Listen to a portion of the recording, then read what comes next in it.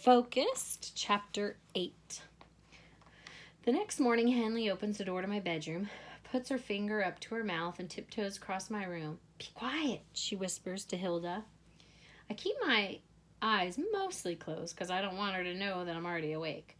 I have been for about 10 minutes, ever since she stomped up the stairs, stood on the other side of my bedroom door, and started telling Hilda about her plan to sneak into my room and leave me a surprise that she made for me in school yesterday when they learned about origami.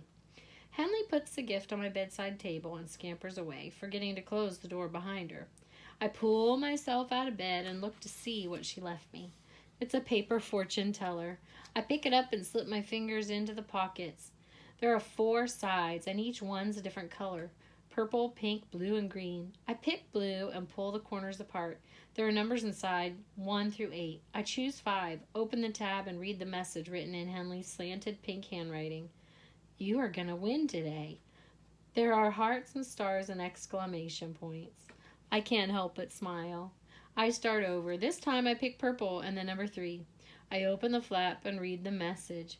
"You are going to win today." I pull open all the flaps, and it says the same things 8 times. And even though I know Henley made the fortune teller for me, it feels like magic that there's a person in the world who thinks I'm definitely going to win, no matter what, just because I'm me.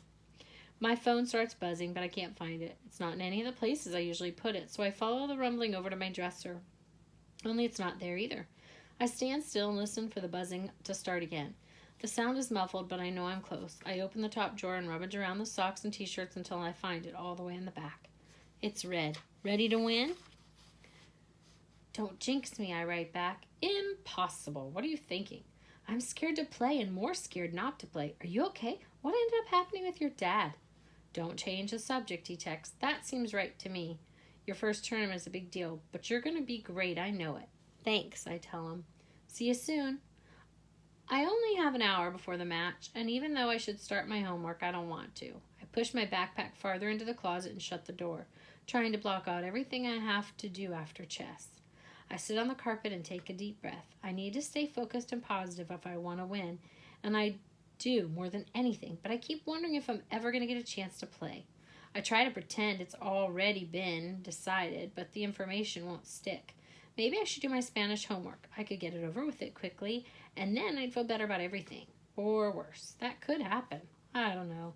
I could bring my bag to the tournament and try to do some work while I'm at school if I don't get picked. There's no way Mr. Lee is going to choose me. I miss practice. I know he said it didn't matter, and he wouldn't hold it against me, but I'm not that good. I mean, I'm better than I was last year, and I keep performing in practice. That must mean something. But I'm not Red or Sanum or someone the team actually needs to win the tournament. How would I be? I've never played in one before. I guess maybe I could be. I mean, Red thinks I am, and deep down I sort of think I am too. I can't find my phone again. I retrace my steps. Dresser, closet, then floor. It has to be here, because I just had it in my hand and I haven't left my room. I don't remember putting it down, which is not a good sign. I need to settle down, because if I do get picked, I want to be ready to play my best. I spot my phone on the rug under the dresser, but I can't stop wondering what's going to happen, so I take out my computer and open up my chess tactics. I press start and I can feel myself zone in on what I need to do to win. I'm free and out of my head and my real life. It feels so good, but I'm somewhere else. I never want to stop, but after way too many rounds, I know I need to pull myself away or I'm going to be late, because I still need to shower, get dressed, and eat. Only I can't look away. I just want to solve one more problem. I press start. I can't help it. No, I need to stop. I shut my computer so fast, as fast as I can, put it away in my desk where I can't see it. Then I walk out of my room and into the bathroom to shower.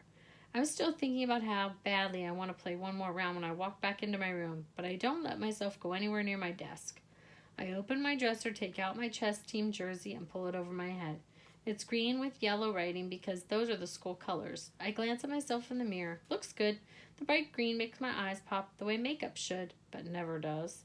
I look smarter. Okay, I know that's not really possible, but I swear I do. At least I do to me. I look official and ready, like a real chess player who could maybe even play in a tournament and win. Mom, Dad, and Henley are all driving me to school and walk me inside. I am so excited that I have to stop myself from sprinting ahead of my family. These are people I've never seen standing in the parking lot near the entrance to school. I don't want to look unsophisticated or like I'm a flailing mess. First impressions are important, especially in chess. I want everyone to know I'm a serious competitor and a future master. There are lots of people and I don't recognize in the hallway leading to the cafeteria. Parents, players, and coaches with clipboards. And it's louder in here today than I remember it being last year. I wonder if that's because I'm nervous, since I actually have a chance to play. I glance into the cafeteria. There are long, empty rows of tables with chessboards. My heart speeds up, beating faster and faster inside my chest. Everywhere I turn, I see different team jerseys, red and royal blue and purple, but no one's wearing green or yellow like me. That's when I remember I'm supposed to go straight to the team room. Families aren't allowed in the playing or team rooms during the tournament because of the distractions, and also because sometimes parents fight about the results. So, even though I probably won't see Mom, Dad, or Henley again until it's all over, or maybe between rounds, it feels good to know that they're here. I have to go meet everyone, I say. Mom smiles. We'll be cheering for you. Good luck, Dad says. Come find us if you need anything. Henley grabs onto my hand. Win, she says, like she's putting a spell on me. Thank you, I say, looking at all of them. I take a deep breath and walk to the end of the hall and into the team room, which is actually the lower school music room. There's a keyboard and xylophones in the front. Triangles hanging from the ceiling and no chairs. Mr. Lee is standing by the keyboard when I walk in, staring at his clipboard. He's wearing his chess team jersey like the rest of us. The material's thick, and there's no way to tell what his secret t-shirt says today. Everyone else is either sitting on the floor or huddled up in small groups. Sanam isn't here yet, and neither's Red, which is especially weird because Dylan's here. I'm about to get my phone out to see if Red texts me when Sanam walks in, drops her bag and coat, and stands next to me. Nervous, she asks, twirling the end of her short black hair. Yeah, I say. I hate waiting to find out. I feel like I'm going to puke. You're definitely playing, I say. I don't think so, she shakes her head. I only won one game. She lowers her voice like she doesn't want anyone else to hear our conversation. I get that losing isn't fun, but if I were smart and one of the best players on our team like Sam, I would never be embarrassed about losing one or two games. It's not like I remind her that there's something wrong with her like it is for me. You're so good, I say. There's no way you're not getting picked. There's no way you're not getting picked, she says. Oh, I hope you're right. I am. Mr. Lee claps his hands together and everyone gathers around him. There are some of the most determined teams. There are some of the most determined teams. Oh. We're taking a second to... I just got out of the shower. You do not just see Miss Wismer in her pajamas. So... Dun, dun, dun. We're having a little intermission here. Just take a little break to breathe, children.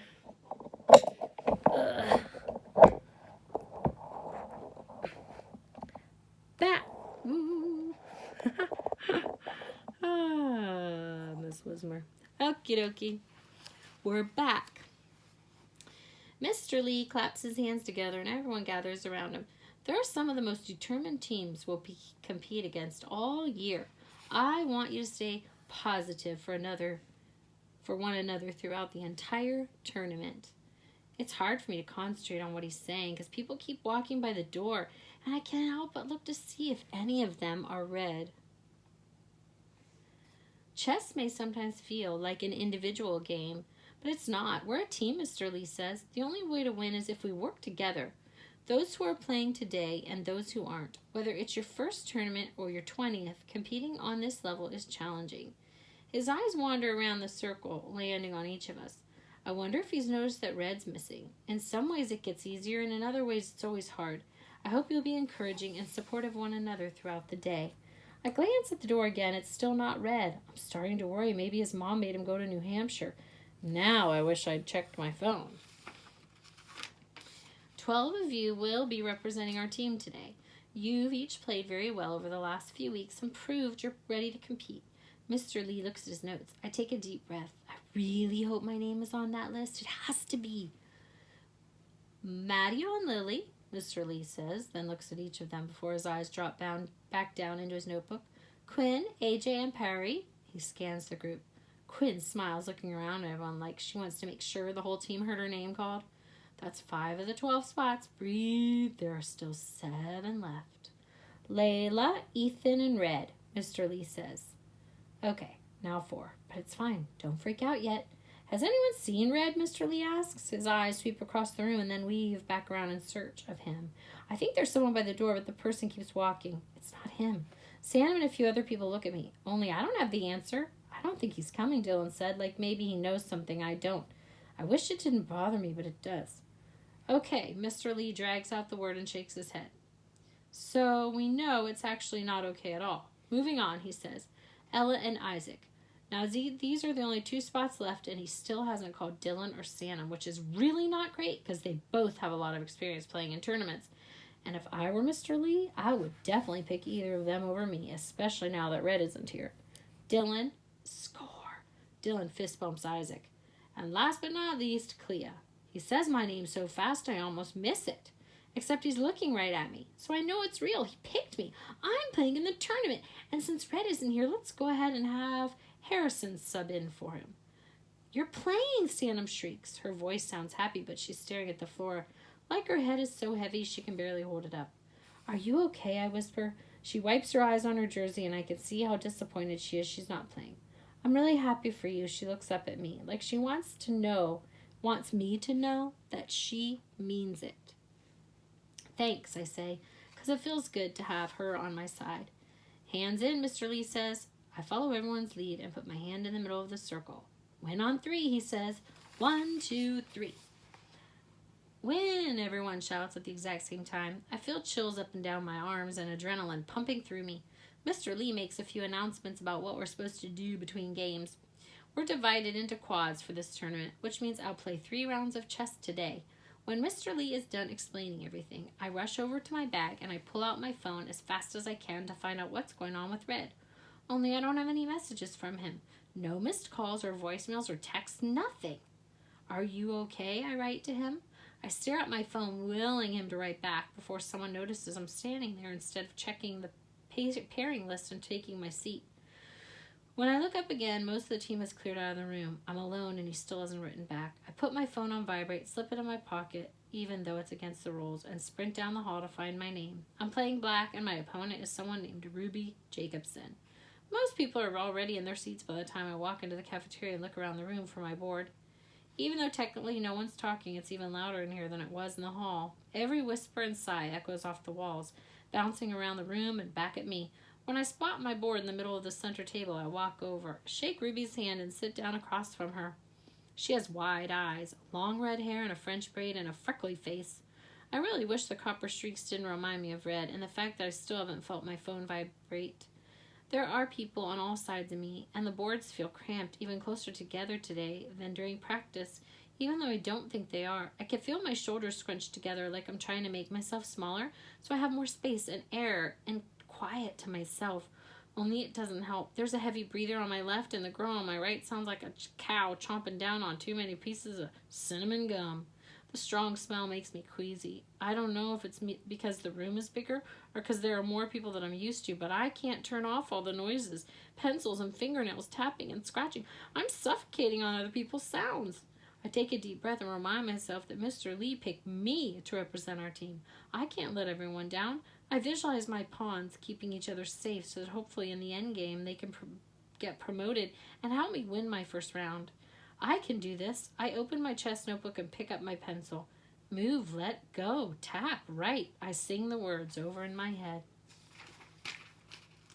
I tap the clock and Ruby makes her first move. I slide one of my pawns out, responding to Ruby. We go back and forth a few times, and I can tell right away that she's good. Not better than me on my best day, but today doesn't feel like that. I'm not in the zone.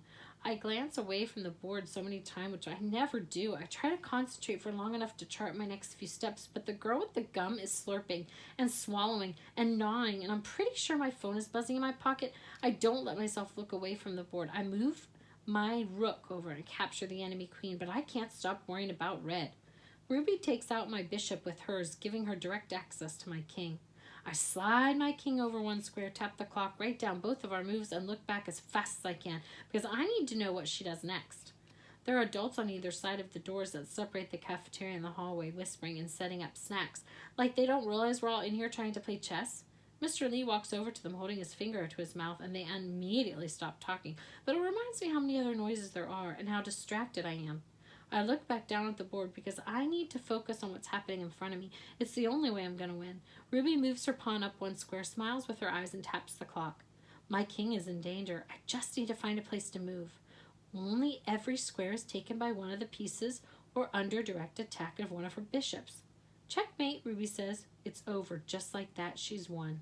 When I look up, Ruby's already standing with her hand out. Good game. Good game, I say. But my words barely make it out. I lost. I don't understand why I couldn't get in the zone. I hide out in the bathroom between rounds because I don't want to see Quinn or Dylan or anyone else who'll make me feel worse than I already do. I lock the door and take my phone out of my pocket to look at Red's message. Except there isn't one. He still hasn't written back. I want to tell him I lost my first tournament game because he'll know exactly what to say to make me feel better, but I don't because he's not here, and it seems like wherever he is, he doesn't have his phone, and I'm starting to get the sense that something is really, really wrong.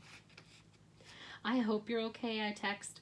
My phone buzzes back right away. I'm here, he writes. I rush out of the bathroom into the team room and over to Red. What happened? I ask. Nothing, he says. I was late. I know, but are you okay? Yeah, I'm fine. He sounds annoyed. You don't seem fine, I say. Stop. I don't want to talk to you. He gives me a look I've never seen before, like he doesn't get what my problem is or why I'm standing here. Dude, Dylan shouts, walking over to us. You're here. Everything cool? It's all good, bro, Red says. I'm just annoyed I can't forget the drama and crush some people in chess. For real, Dylan says, and they high-five. My cheeks are burning. I'm probably red by now, so it's obvious I'm hurt, because I get that something happened, and he told Dylan, but not me. Even though we're best friends who tell each other everything, and that's not okay. But I don't say that, because it kind of has to be. I run my fingers through my hair, which is still wet and a little sticky at the back, like I didn't wash it. Only I did. Something about the way it feels makes me itchy and uncomfortable. I want to take another shower and start this whole day over. After the break, I check the pairing list and head back to the middle of the cafeteria for round 2. I'm basically in the same seat as last time, only on the other side of the long table and over one board. I'm playing white this round. I stare at the pieces, thinking through the strategy and trying to find my way into the chess tunnel where it's safe and noise-free before my new opponent, Amir, and everyone else takes their seats. I keep thinking my phone's humming against my leg and maybe it's Red apologizing or explaining what happened. He didn't even ask if I got picked to play. But when I slide my phone out of my pocket and turn on the screen to check, there are no messages. A tall, cute boy with brown hair and skin sits down for me. His eyes stay glued to the board between us, and I'm so jealous of how focused he looks. I could scream. I cover my mouth with both hands to make sure that doesn't happen. I spend the entire match looking around the room, down at my pencil, at the tag on my shirt that's rubbing against my skin, and the boy next to me who keeps chewing nervously on the inside of his cheek and cracking his knuckles. Amir only glances away from the board once, and first time he taps the clock to start the match. It only takes him 20 minutes to beat me, which is embarrassing. I don't know what's happening to me, but I need to do something fast. I only have one more round to prove that I'm not a total flop. I walk as fast as I can out of the cafeteria without drawing attention to myself and try my best to disappear into the crowded hall, heading straight for the door because I need fresh air or a change of scenery or something to help me concentrate. Clea, Sanam says, stopping me at the apple cider. How's it going? Okay, I say, then keep walking until I'm outside, where it's cool and quiet and there's space to think. I sit down on one of the benches in front of the building, close my eyes, and breathe. When I open them again, Sanam is standing in front of me holding 2 paper clips. I didn't believe you. She hands me a cider and sits down. Paper cups. Haha, not clips. Thanks. I take a sip of the warm juice. You're welcome. She doesn't say anything else. We're both quiet for a few minutes, and even though everything feels hard right now, it's nice to be alone. Not to be alone. I lost, I say. Twice. I can't win. You have to. She looks right at me. We're counting on you. It's too late. I shake my head. It is not. Seriously, every round is important. You still have another chance. This game could be the difference between winning the tournament or not. Mr. Lee was probably only counting on you to win one game anyway. It's your first tournament. So, 1 out of 3 would be totally respectable, I swear. She pauses. On the championship. I nod because I know how serious Sanam is about the team being the best. I keep messing up because I stop myself. This can't be happening. It's that thing Dr. Gold was talking about where my brain keeps getting interrupted. This has never happened to me during chess. Chess isn't like everything else. Tournaments are different than practice. It's a lot harder to concentrate. If Sanam has a hard time focusing during tournaments, then I don't have a chance. What do you do, I ask? I try to remind myself to look at the whole board, even if all the action's happening in one area before I take my turn. I zoom out for a second to make sure I'm not missing a sneak attack or an opportunity. It's easy to forget the big picture and lose focus when there are so many things happening in the room. Yeah, seriously, I say, I'm pretty sure I can do that. You can. Mr. Lee wouldn't have picked you if he didn't think you could win. You're good, and I'm not saying that because we're friends. Now just go back in there and play your best. Okay, I know she's right. I can win. We still have a little time before the final round. I find Mom, Dad, and Henley by the donuts. You got picked, Henley shouts as soon as she sees me. I did. I put my arm around her. This is very exciting, Dad says. Thanks, I say. Did you win? Henley looks up to me. The fortune teller said so. Not yet, but I will. I try to sound sure of myself. 'Cause you're the best at chess, she says. I pull Henley close and hold on tight, hoping a little of her confidence will rub off on me before it's time to play again. I don't want to feel rushed going into the next game, so I walk back into the cafeteria and find my seat in the middle of the room again. There's only one person at the long table when I get there. Dylan. He's next to me. I accidentally make eye contact with him when I sit down. And then I almost said, ugh, but I didn't. And then look back away as fast as I can because I need to concentrate. I can't afford to be distracted by him or Red or anything else. Only he's making that impossible because I can feel him staring at me. We aren't supposed to talk in the cafeteria at all, but most of the seats are empty, and all the coaches are on the other side of the room, so I turn my head to look at Dylan because I want to get this over with and focus on winning my last game. What? I ask. He pushes his hair out of his eyes and then does it again, like he's nervous and he isn't sure what to do with his hands. I feel really bad for Red. His voice is soft and serious, like he's trying to actually talk to me. I can't believe it, I didn't think things could get worse. Yeah, I nod and act like I know exactly what's going on. Because I don't want to admit that I have no clue what he's talking about or think about. The fact that Red doesn't want to talk to me about whatever it is. It's like no one cares about him. His dad's all the Barb and I got married and we're having a baby, so she's in the family now. Deal with it. What? My stomach clenches. It feels like I just got kicked in the gut, and there are so many questions spinning and swirling in my brain. How could his dad get married without telling them? Why didn't he invite them? Didn't he want them there? And there's having a baby? You didn't know, Dylan says. I think about denying it. I don't need Dylan to rub it in that Red told him and not me and make me feel even worse. But I'm still in shock, and before I have a chance to say or do anything, he says, please don't tell him I told you. I swear I thought you knew. His voice is shaky, like maybe keeping Red's secret actually matters to him, which is weird, because until right now I didn't realize anything mattered to Dylan. You can't tell anyone else, I say. I won't, I haven't, he says right back. I promise. You better not be lying, I say. I swear, he told me last night, and you're seriously the only person I've talked to since then other than him. Why didn't Red tell me what happened? Why would he pick Dylan? You believe me, right? Yeah, I say quietly, because I guess I do. I bite down on the inside of my mouth and look at the board in front of me. I take a deep breath and try to find my way into the tunnel.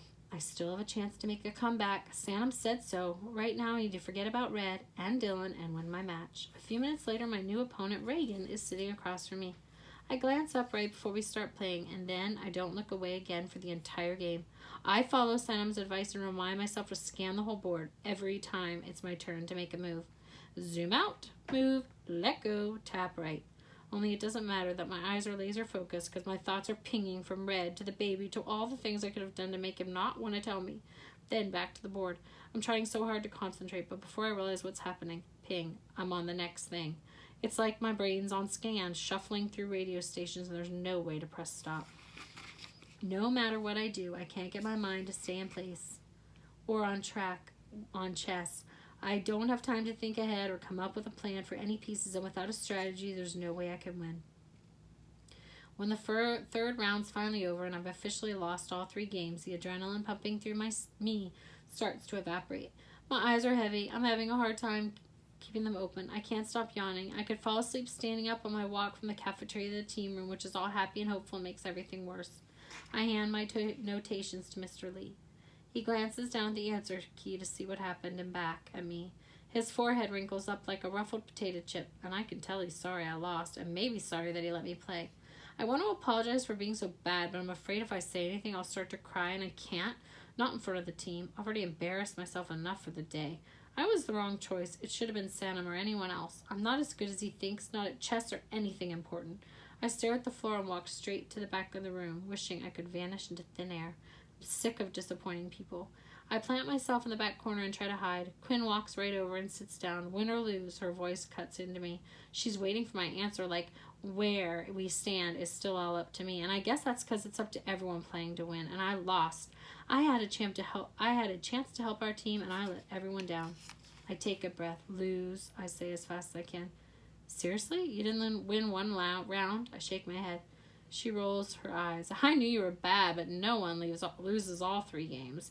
That's not a thing that happens on this team. I don't know if you heard, but we're actually good. Or we used to be before Red started showing up late and Mr. Lee started picking charity cases. I don't say anything else. I don't want to make excuses. We lose the tournament, and I'm pretty sure it's mostly because of me. Mom, Dad, and Henley are waiting in the lobby by the entrance. Clea, Henley runs over. You did your tournament. Was it fun?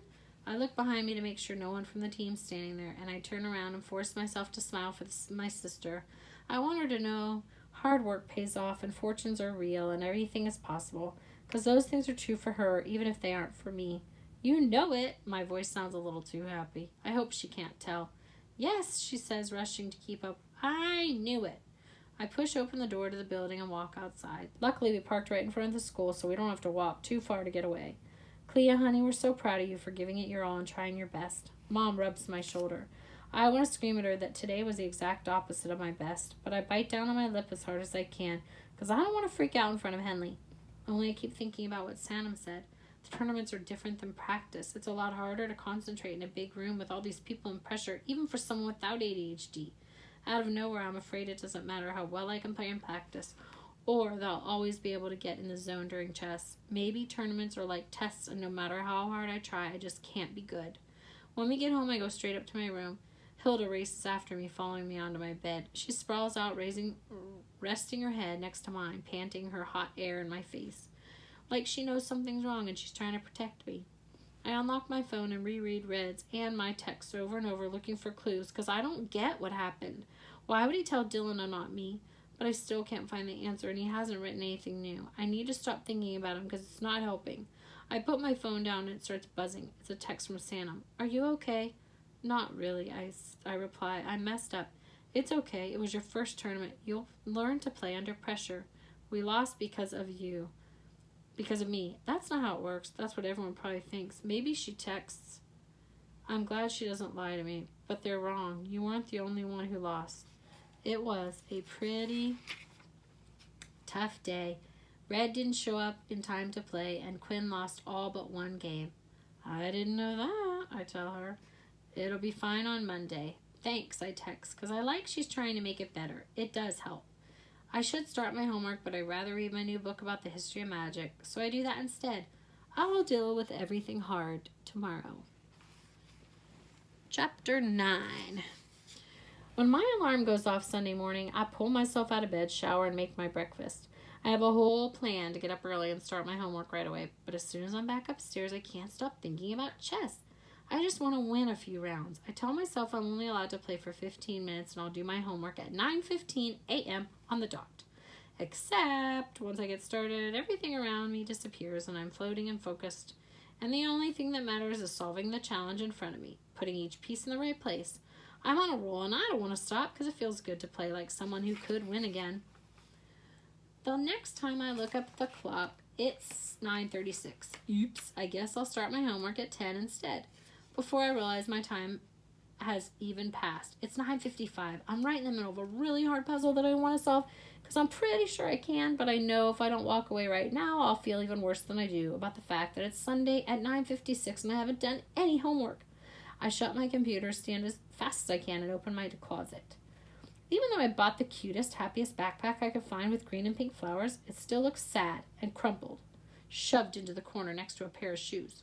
I pull out my bag and open my schedule for Monday. Math, study hall, Spanish, chess, history, English, science. I never know if it's better to do my homework in order, from easiest to hardest or vice versa, but today I want to finish math, so I don't have word problems hanging over my head.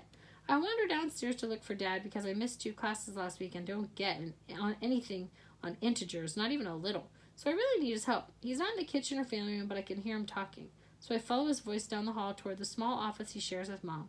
He sounds serious, like something is bad or someone's in trouble. I hope it's not me. I stop walking right before I get to his office and lean against the wall. Mom says, I'm worried about her. I am too, Dad says. If she hadn't spent half her weekend at the tournament, she'd have a lot more time for homework. How's that fair, Dad asks.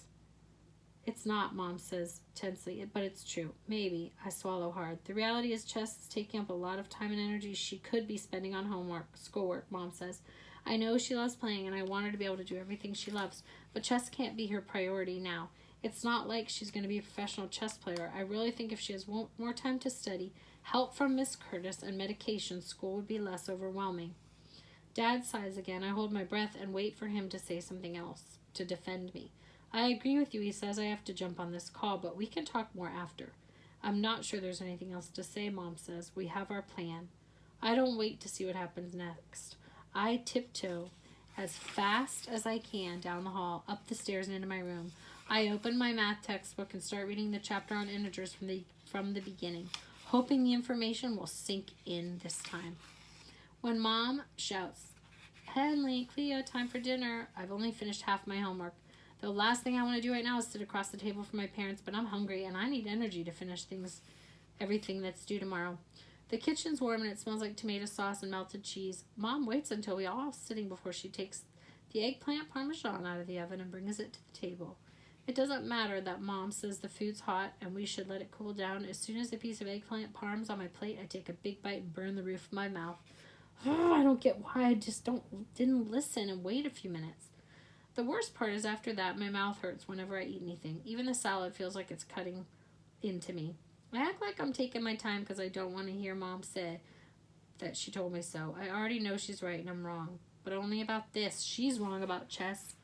I wait until my food's practically cold to start eating. It's still really good, but the salty, cheesy stings every time I take a bite.